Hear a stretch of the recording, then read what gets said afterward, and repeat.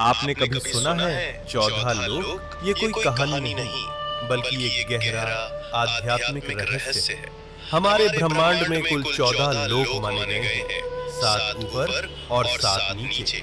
ऊपर के 7 लोक, इन लोकों में आत्मा ऊंचाई की ओर बढ़ती है, ज्ञान, शांति और मोक्ष की दिशा में। भूलोक, ये वो लोक है जहां हम सभी मनुष्य रहते हैं। इसे मृत्यु लोक भी कहा जाता है, क्योंकि यहाँ जन्म और मृत्यु का चक्र चलता रहता है।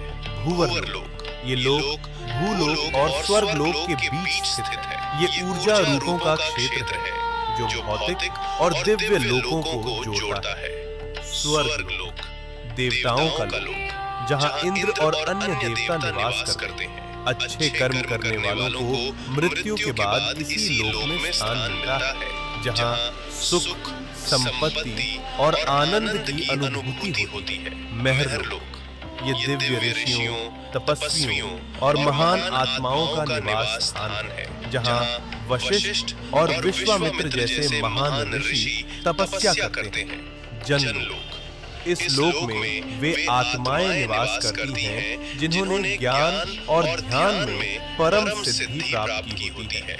यहाँ के वासी ब्रह्मा जी की लीलाओं में लीन रहते हैं। तप लोक, अत्यंत शक्तिशाली तपस्वियों का स्थान, जो शरीर से परे केवल चेतना में स्थित होते हैं। ब्रह्म लोक, यह है अंतिम लक्ष्य है, जहाँ केवल सत्य है, मोक्ष है और ईश्वर का साक्षात्कार होता है। इन ऊर्ध्व लोकों में आत्मा का जाना मतलब है धीरे धीरे शुद्ध और जागरूक होना। अब बात करते हैं नीचे के 7 लोकों की। यहाँ भोग, मोह और भ्रम ज्यादा होता है।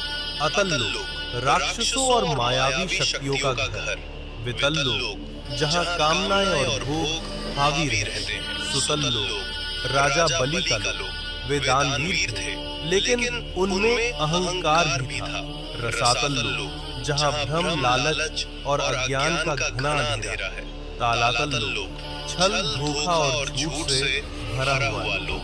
महातल लोक, जहाँ अंधकार और अहंकार का बोलबाला है। पाताल लोक, सबसे नीचे का लोक, तामसिक ऊर्जा और इच्छाओं का केंद्र। लेकिन इन सबका मतलब सिर्फ बाहरी दुनिया नहीं है। ये 7 लोक हमारे भीतर की नकारात्मक सोच और कमजोरियों का प्रतीक है। तो जब हम सच्चाई, भक्ति और सेवा में लगते हैं, हम ऊपर के लोकों से जुड़ते हैं, और जब हम लालच, मोह और गुस्से में फंसते हैं, हम नीचे गिरते हैं। सोच बदलो, लोक बदल जाए।